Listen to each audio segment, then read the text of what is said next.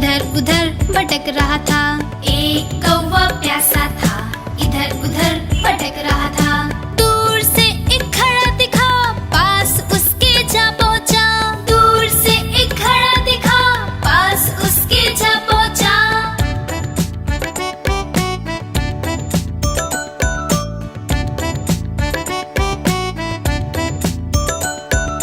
कौवा बहुत प्यासा था, घड़े में पानी थोड़ा था।